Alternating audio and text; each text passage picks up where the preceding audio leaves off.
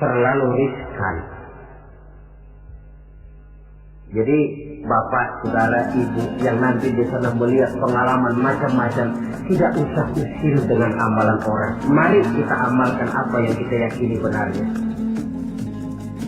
Yang kelima, pesan saya kepada jamaah haji, ibadah haji itu ibadah yang berat.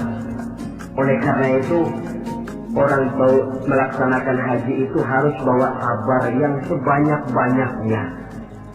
Sabar yang tidak ada batasnya. Banyak kasus terjadi karena kurangnya kesabaran. Kadang-kadang sepasang suami istri, dia mau tawaf, kata suaminya, "Bu, saya mau bikin tawaf sunnah, kau tunggu saja di tiang sebelah sini, jangan kemana-mana." Istrinya setia nunggu di tiang itu. Padahal semua tiang di Masjidil Haram bentuknya hampir sama. Si suami pun tawaf berputar mengelilingi Ka'bah. Karena tawaf berputar, pada akhirnya selesai tawaf, istrinya ditaruh di tiang sebelah sini, dia cari di tiang sebelah sana. Mutar-mutar tidak ketemu. Setelah ketemu capek, muka sudah merah, keringat bersisiran, marah setengah mati si suami. "Kau sudah saya bilang jangan jalan kemana-mana, masih jalan juga." Padahal istrinya mah nggak kemana-mana, dia yang keliru arah. Kadang karena air, kadang karena makanan. Hal-hal yang sedikit menyebabkan kita peka, mudah sekali dengan watak marah. Dikala berpakaian ihram, sabar meninggalkan hal-hal yang menjadi pantangannya. Saya tidak bicarakan soal manasik, tata tertib pelaksanaan ibadah haji, karena manasik itu kalau diteorikan kelihatannya sulit, tapi kalau dipraktikkan nyatanya akan mudah. Saudara hadirin yang saya hormati, sabar itu kan tempatnya 3. Pertama, sabar dalam taat.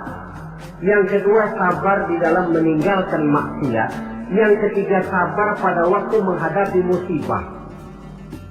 Sabar dalam taat apa? Misalnya puasa. Biar lapar melilit perut, biar haus mencekik kerongkongan, kalau maghrib belum berbunyi jangan sentuh makanan. Sabar dalam taat. Begitu juga kita ketika terbungkus pakaian ihram, tidak boleh bercukur, tidak boleh menggunting kuku, tidak boleh membunuh binatang. Sabar di dalam taat. Yang kedua, sabar dalam meninggalkan maksiat. Umpamanya, kita tadinya penggemar minuman keras, taubat, meninggalkan minuman keras, itu pun perlu kesabaran. Soal apa? Orang macam-macam. Dia tahu kita bekas peminum, diledeklah kita. Yuk minum yuk. Alah, sekarang aja. Kemarin kan lu yang tukongin. Yang kemarin memerlukan kesabaran. Yang ketiga, sabar pada waktu menghadapi musibah, kesulitan. Apa konsepsi sabar yang hakiki dalam Islam? Sabar yang dijelaskan dalam Al-Quran ialah alladzina idza asabathum musibah qalu inna lillahi wa inna ilaihi raji'un. Orang yang sabar ialah orang yang apabila terkena suatu musibah kembali kepada prinsip dasar inna lillahi wa inna ilaihi raji'un. Kami berasal dari Allah dan kami akan kembali kepada Allah. Bukan cuma pengucapannya tapi penghayatannya.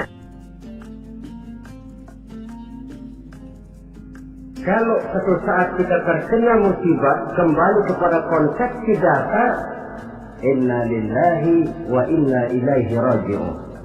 Kami berasal dari Allah dan kami akan kembali kepada Allah. Bukan cuma sekedar ucapannya, tapi penghayatan kepada kalimat itu. Misalnya apa?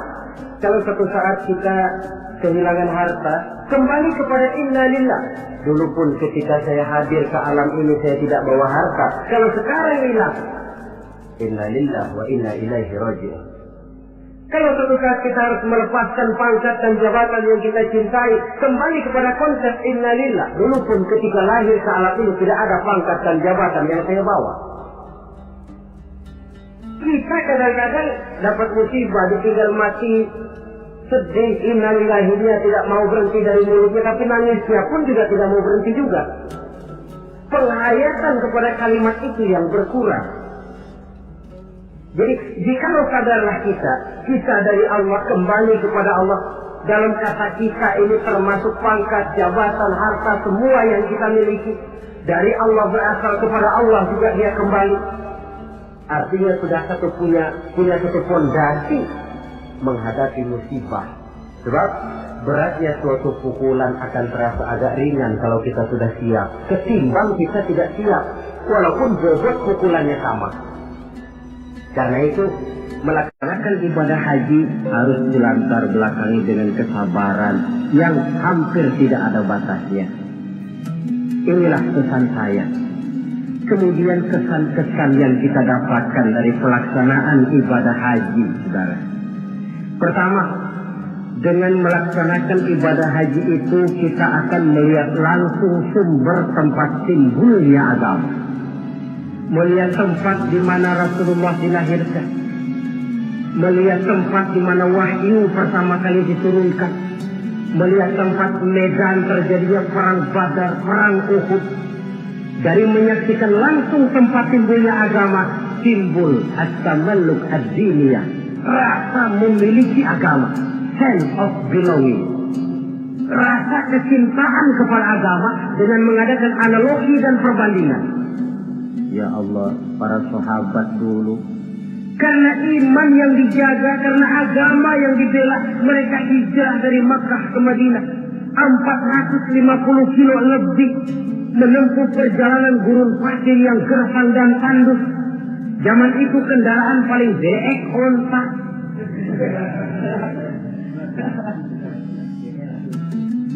Untuk menegakkan akidah, melaksanakan syariat, mereka harus perang.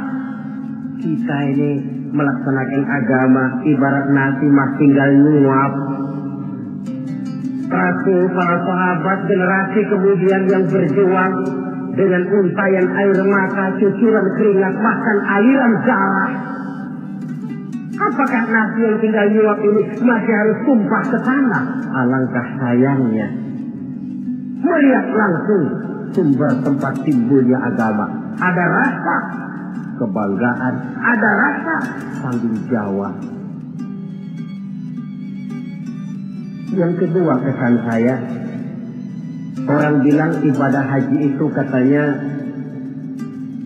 Kongres Umat Islam Internasional. Kita sudah melihat Islam dalam skala yang makro, dalam bentuk nuansa pandangan yang luas. Apa artinya ini? Artinya seorang muslim itu tidak boleh bermental seperti katak di kolong tempurung, merasa diri paling besar karena tidak pernah kemana-mana. Tapi dia lihat Islam dalam kancah internasional, sejak dari warna kulit sampai kepada bahasa, sampai kepada bentuk manusia, macam-macam berkumpul. Tapi apa? Dibungkus dengan pakaian yang sama, membaca bacaan yang sama, melaksanakan ibadah yang sama, menyembah Allah Tuhan yang sama, membaca bacaan yang sama. Dari sekian persamaan timbul ikatan spiritual bahwa muslim bersaudara, bahwa Islam ini luas. Bukankah sering terjadi kadang-kadang orang melihat Islam seperti orang buta melihat gajah? Frame of reference, kacamata pandangan yang dia gunakan titik. Ada 3 orang buta dilepas ke kebun binatang, disuruh kenal gajah. Saya yakin laporannya pasti lain-lain. Kata orang buta pertama, lapor. Gajah tipis lebar kayak kipas. Kenapa? Karena yang dia pegang cuma kupingnya. Orang buta kedua tentu ngotot. Salah. Yang betul saya, gajah gede tinggi kayak pohon kelapa. Sebab yang dia pegang kakinya. Orang buta ketiga ngotot. Dua-duanya salah, Pak. Yang paling betul mah saya. Kalau gajah mah Pak, kecil panjang kayak ular. Sebab yang dia pegang ekornya. Salahkah mereka? Tidak salah. Cuma datanya kurang lengkap. Bahwa gajah macam kipas, betul telinganya. Bahwa gajah macam ular, betul ekornya. Tapi gajah secara total adalah gajah yang bukan kipas, bukan ular, bukan pula pohon kelapa. Ini yang fisik dan tidak mendidik. Kadang-kadang baru kenal kuping gajah, kemana-mana sudah pidato. Saudara-saudara, gajah tipis, lebar kayak kipas. Diundang lagi ke tempat sebelah sana, begitu lagi pidatonya. Buat orang yang sudah kenal gajah, dia diketawain. Belum buat orang yang belum kenal gajah, dia malah menyesatkan. Dua-duanya sama tidak mendidiknya. Nuansa pandangan yang luas. Yang ketiga, kesadaran hidup. Dari mana ini dimulai? Dari pertanyaan dikala kita merenung di padang Arafat yang terhampar luas membentang, sejauh mata memandang cuma tenda-tenda putih dua yang nampak. Dari mana kita datang? Di mana kita sekarang? Mau kemana kita akan pulang? Dikala itu air mata berurai membasahi pipi tanpa terasa. Inilah barangkali taman miliknya padang mahsyar di akhirat nanti. Di mana kita melepaskan semua status sosial. Dikala itu jenderal tidak akan dipanggil jenderalnya. Dikala itu yang intelek dan yang awam tidak tahu lagi kita. Dikala yang kaya dan yang miskin sudah sulit dibedakan. Bukankah itu pantulan daripada kehidupan yang pasti akan kita temui? Lalu dunia ini apa? Persis kalau diibaratkan dunia ini cuma sekedar sebuah panggung sandiwara. Sang sutradara Allah Subhanahu wa ta'ala. Penonton malaikat. Panggung sandiwaranya dunia ini. Pemainnya seluruh manusia. Skenario-nya Quran dan Sunnah. Sutradara berjanji kepada pemain-pemain yang bermain dengan baik sesuai dengan petunjuk dalam skenario Quran dan Sunnah akan diberikan piala Kisra berupa surga.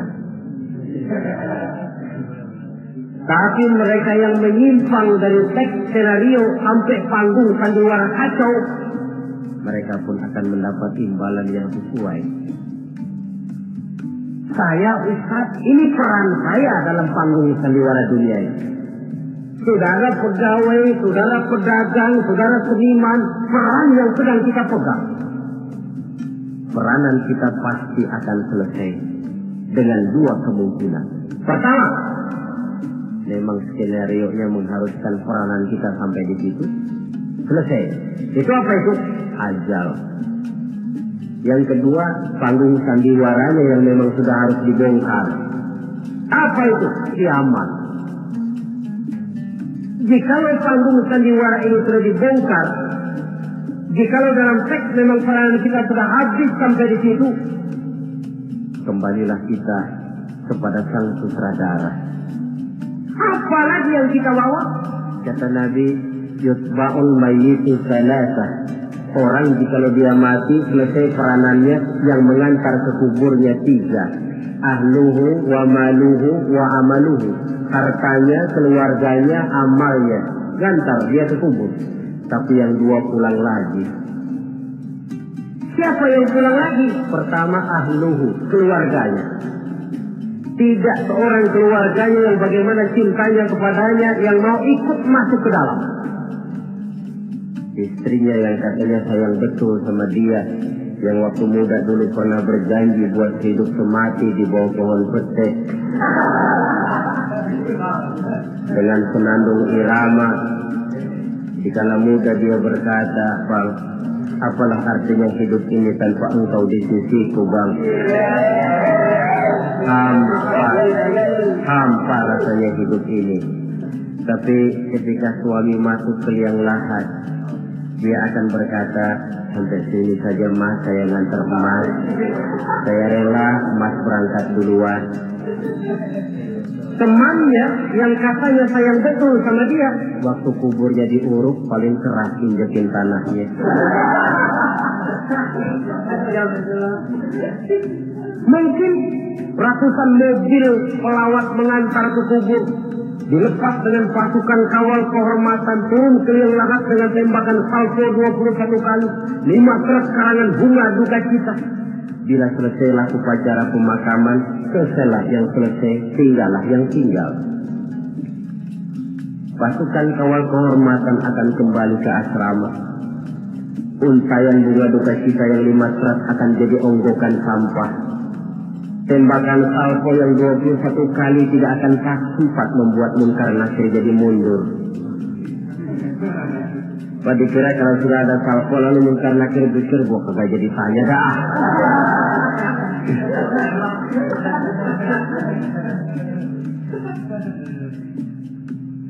Harta pun tidak ikut masuk ke dalam. Mobil cuma parkir di pelataran tubuh. Yang setia menemani kita, the best friend, sampai masuk ke dalam itu tidak lain nilai amal yang kita kerjakan di dalam kehidupan ini. Maka hidup hakikatnya kesempatan untuk berbuat amal. Kata Allah, "Wallazi khalaqal mauta wal hayata liyabluwakum ayyukum ahsanu amala." Dialah Allah yang telah menciptakan hidup dan mati untuk menguji kamu, siapa di antara kamu yang paling banyak amal kebajikannya. Hidup adalah kesempatan berbuat baik. Nah, status sosial di Padang Arafah saja sudah tidak berlaku. Pernah terjadi seorang jenderal, dia sedang mencium Hajar Aswad karena terlalu lama kepalanya ditarik orang Baduy yang hitam itu. Dia marah mau dipukul si Baduy itu. Sabar Pak. Ini orang kurang ajar Ustaz. Saya kan jenderal. Saya belum pernah digitukan orang. Iya, jenderal kan di negara kita Pak. Di sini kan Pak. Jenderal nggak laku di sini. Di sini ini kita harus jujur kepada diri sendiri. Kalau kepala kita diangkat orang, barangkali kita di sana sering ngeplakin kepala orang. Oh ya, terbuka saja. Memang kita kemarin ini mau membersihkan diri, ibarat baju, kita datang bawa baju kotor, berharap pulang mau bawa baju bersih yang bisa disimpan dalam lemari. Tentu saja baju itu mesti dicuci. Dicuci artinya disabuni, dibilas, dijemur, disetrika. Wajar menemui kesulitan-kesulitan untuk pemutihan pribadi yang telah dilumuri oleh dosa dan kesalahan. Saudara hadirin, luasnya nuansa pandangan menyebabkan kita tidak berpikir secara fisik, tapi mampu melihat persoalan dari sudutnya yang luas. Itu yang saya rasakan di dalam pelaksanaan ibadah haji. Karenanya saya pernah ke Bali, tapi tidak ada rasa kerinduan pengen ke Bali lagi. Saya pernah ke Jogja, ada orang cerita tentang Jogja, Borobudur, Parangtritis, rasanya kok biasa-biasa saja. Saya pernah ke Mekah, tapi tiap kali orang cerita Ka'bah, tiap kali orang cerita Sa'i, tiap kali orang cerita wukuf, terbayang kembali semua itu, kerinduan untuk kembali lalu menggebu-gebu. Suatu kenikmatan yang tidak bisa dilukiskan dengan kata-kata. Hanya mereka yang sudah melaksanakan yang tahu semua itu. Paling akhir, tentu sekedar kesan kita harapkan Bapak, Saudara, Ibu yang akan melaksanakan haji ini tidak hanya sekedar bisa pergi, tapi kembalilah ke tengah keluarga dengan selamat, dan yang paling penting membawa haji yang mabrur. Apa yang haji mabrur itu? Ukuran hakikat haji mabrur itu wallahu a'lam. Allah saja yang maha tahu. Tapi kita bisa lihat zahirnya. Bagaimana zahirnya? Apa kalau haji mabrur itu kemana-mana tidak pernah lepas peci putih? Mungkin. Apa harus selalu pakai gamis? Mungkin. Tapi itu sekedar kulit. Kulit sih bisa dibikin-bikin. Kulit penting, isi penting. Saudara dapat duren di jalanan, isi doang, kulitnya nggak ada. Kira-kira mau makan nggak?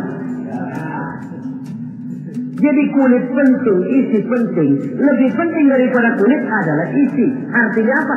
Jiwa haji. Bukan cuma sekedar pakaian haji, tapi berjiwa haji yang ditempa oleh pengalaman di Mekah, Madinah, dan di tempat-tempat bersejarah lainnya. Membekas dan membayang dalam gerak hidup kita. Kalau setelah pulang haji lebih positif daripada sebelum dia berangkat, itu tanda di antara tanda-tanda haji yang mabrur. Sebelum berangkat haji, sholatnya masih agak belang-belang. Setelah pulang haji, full, tidak ada belangnya lagi. Sebelum berangkat haji, kulitnya 17 setan. Setelah pulang haji, berubah menjadi orang yang dermawan. Itu tanda mabrur. Sebab apa? Di masyarakat haji ini barometer. Orang sering bilang, kenapa lo maghrib kok nggak ke masjid? Itu aja yang wajib masih di perapatan. Pak Haji katanya. Padahal kan tidak mesti begitu. Tapi masyarakat kadang menilai itu sebagai figur. Ini yang harus kita hati-hati. Makanya tidak heran dalam komposisi rukun Islam, ibadah haji diletakkan yang kelima. Kenapa? Sabda Nabi, buniyal Islamu ala khamsin. Kalau Islam ibarat rumah, maka rumah ini didirikan di atas 5 unsur. Kita bandingkan Islam dengan rumah. Orang kalau mau bangun rumah sebelum pasang tiang, kusen, jendela, kan yang paling dulu dia bikin fondasi. Dalam bangunan Islam fondasinya apa? Asyhadu an la ilaha illallah wa asyhadu anna Muhammadar Rasulullah. Kenapa saya katakan fondasi? Saya bersaksi tidak ada Tuhan melainkan Allah. Artinya apa? Artinya saya tidak akan menyembah kecuali hanya kepada Allah. Saya tidak akan minta tolong kecuali hanya kepada Allah. Saya tidak akan menggantungkan hidup kecuali hanya kepada Allah. Saya tidak akan minta rezeki kecuali hanya kepada Allah. Saya tidak akan pernah takut kecuali hanya kepada Allah. Fondasi. Kalau fondasi keropos, bangunan tidak akan tahan lama. Benar, Tuhan kamu Allah. Betul. 1 juta ya, tidak Tuhan. Ya, 2 juta, 10 juta enggak. Sekali Allah Tuhan saya, sampai titik darah saya yang paling terhabiskan, Allah Tuhan saya. Ini fondasi yang mantap. Tapi kalau masih bisa digoncang, masih fondasinya rapuh, Tuhan kamu Allah, iya. Tunggal, Bang Jeli, kurang yulah. Ya, atur aja dah. Gimana kalau kita atur? Gimana ya? Pikir-pikir dulu. Masih pikir-pikir dulu pun merupakan ciri akan rapuhnya fondasi. Nah, kalau fondasi sudah siap, baru mulai naik pasang tiang. Dalam bangunan Islam yang jadi tiang apa? As-shalah, ibaduddin. Sholat, tiang agama. Tiang pokok 5. Zuhur, asar, maghrib, isya, subuh. Tapi supaya bangunan ini kuat ada tiang-tiang tambahan. Tahajud, hajat, istikharah, duha. Tiang-tiang tambahan supaya rumah kuat. Tapi jangan lupa tiang diri di atas fondasi. Kalau fondasi miring, tiang ikut miring. Hanya orang sembahyang kan macam-macam. Ada yang harian, ada yang mingguan, ada yang tahunan. Yang harian itu ada yang mulus, ada yang belang-belang. Kalau yang belang, zuhur kena, asar out. Asar ketangkap, maghrib hilang. Maghrib kepegang, isya terbang. Ada yang mingguan, Jumat aja modal. Ngancam bener kalau sama Jumat. Ada yang tahunan, Idul Fitri sama Idul Adha. Yang tahunan itu lumayan daripada yang polos. Saudara-saudara, fondasi sudah, tiang sudah. Lalu rumah supaya ada batasnya kan perlu pagar, dinding. Yang menjadi dinding kata Nabi, asyamu junnatun. Puasa adalah dinding, benteng. Kenapa? Esensi puasa kemampuan mengendalikan nafsu. Kalau orang hidup sudah sanggup dan mampu mengendalikan nafsu, ada benteng, pagar, nggak ngacak-ngacak kebun orang. Tahu batas mana yang dia berhak dan tahu batas mana yang dia tidak punya hak. Kemampuan mengendalikan nafsu. Nah, sudah, fondasi sudah, tiang sudah, pagar sudah, rumah supaya bersihkan harus ada jendela, pintu, lubang angin, kamar mandi yang fungsinya membersihkan. Dalam agama yang fungsinya membersihkan zakat. Kalau dia zakat mal, dia bersihkan harta kita. Dia zakat fitrah, bersihkan jiwa kita. Zakat tijarah, bersihkan tanam-tanaman kita. Makanya kalau orang muslim nggak mau bayar zakat, sama juga rumah nggak pakai pintu, nggak pakai jendela, nggak pakai lubang angin, nggak ada kamar mandi, panas, lekam. Kata orang kampungnya, anak yang kecil tuh, adik-adik kita, kalau nggak dibayarin zakat fitrahnya, panas tuh anak, sangar.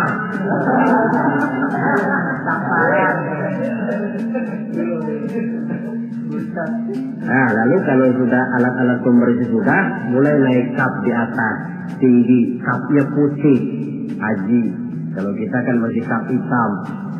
Kalau sudah naik kap, biasanya rumah itu kan sudah agak adem. Artinya apa? Orang kalau sudah selesai menunaikan ibadah haji, temperamennya, jiwanya, pembawaannya lebih mapan, lebih matang, lebih dewasa. Pertimbangannya lebih banyak. Kenapa? Skalanya sudah skala pasang kap. Dia sudah harus menjadi panutan di dalam kehidupannya.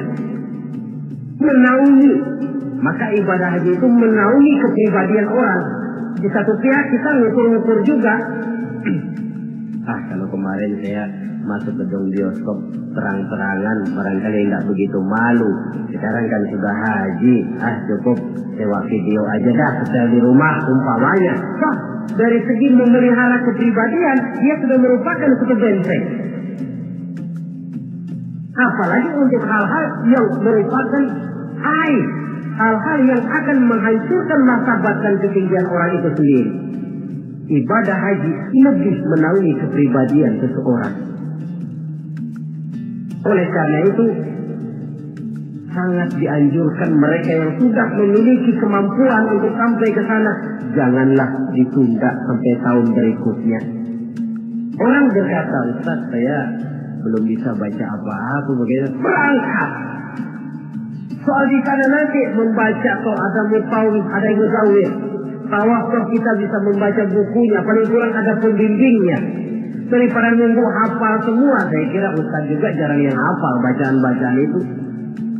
Iya, kalau masih hidup. Tapi kalau sudah keburu mati sebelum sempat hafal.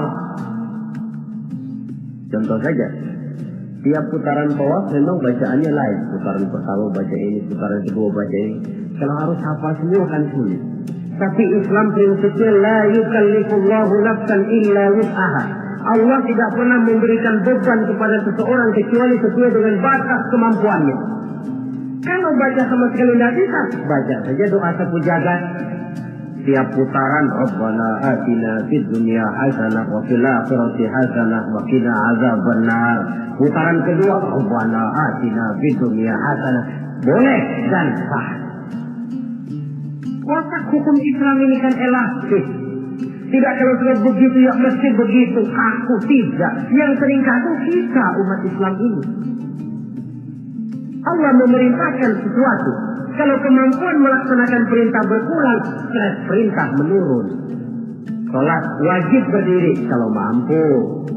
Tidak mampu berdiri, duduk sholat sembahyangnya.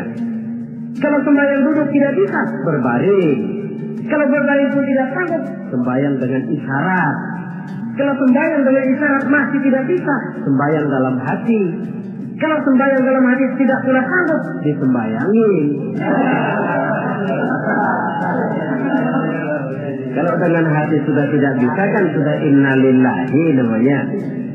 Kalau kemampuan melaksanakan perintah berkurang, stres perintah juga menurun. Watak elastisitas, ya hukum Islam. Tidak kaku, tidak kalau sudah begitu ya harus begitu, tidak. Suatu hari seorang datang melapor, halaktu ya Rasulullah, ya Rasul, celaka saya. Ma'ahlakaka, apa yang bikin kamu celaka? Waqamtu ala imra'ati fi Ramadan. Saya lagi puasa Ramadan, saya enggak tahan ya Rasul. Lalu saya nyelonong sama istri saya siang-siang. Nyelonong bagaimana? Ya nyelonong. Rupanya pengantin baru, tapi jujur, salah ngaku. Ya sudah, kalau memang begitu bayar dendanya. Apa ya Rasul? Bebaskan budak. Waduh, saya tidak punya budak ya Rasul. Betul. Kau puasa 2 bulan berturut-turut, tidak boleh diselang-seling. Enggak kuat ya Rasul. Enggak kuat. Betul. Betul, yang sebulan aja nyelonong, apalagi yang 2 bulan, 2 kali nyelonong. Saya nggak kuat ya Rasul.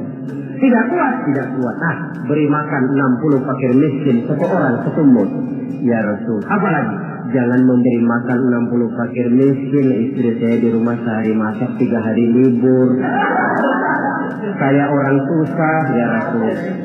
Lagian saya pikir ya orang kebangetan juga. Udah melarat sama larangan kok berani gitu. Akhirnya Rasul masuk ke dalam kamar, keluar kembali membawa sekeranjang kecil kurma. Kalau saya tidak punya apa-apa nih, bawa pulang, sedekahkan kepada orang-orang miskin di kampungmu. Ya Rasulullah, apalagi? Di kampung saya itu yang paling miskin saya. Ya Allah. Rasul tersenyum, ya sudah bawa pulang kasih makan anak istrimu di rumah. Sudah melanggar larangan, dapat kurma lagi. Elastis. Tidak, kalau sudah begitu ya mesti begitu. Tidak. La yukallifullahu nafsan illa wus'aha.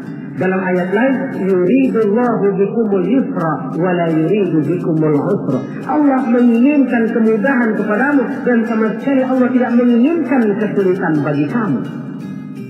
Dalam surah Thaha lebih jelas lagi, ma anzalna 'alaikal qur'ana litashqa illa tadhkiratan liman yakhsha. Kami tidak turunkan Quran ini untuk bikin sulit hidup kamu, tidak. Ini cuma peringatan bagi orang-orang yang takut kepada Allah. Quran, Islam, syariat yang dibawa Rasul tidak untuk menyulitkan manusia, tetapi justru untuk peringatan dan membawa manusia kepada kebahagiaan sejak dari dunia ini sampai ke akhirat nanti. Oleh karena itu, tidak lain tentunya kita ikut mendoakan. Mudah-mudahan saudara-saudara kita yang tahun ini melaksanakan ibadah haji, semoga mereka selamat pulang perginya, kembali ke tengah-tengah keluarganya dengan membawa haji yang mabrur. Dan kita pun yang tahun ini belum beroleh panggilan, mudah-mudahan tahun depan atau tahun-tahun berikutnya dipanggil Allah, supaya kita juga bisa merasakan nikmatnya ibadah di Masjidil Haram, di Masjidil Nabawi, dan di tempat-tempat yang mustajabah lainnya.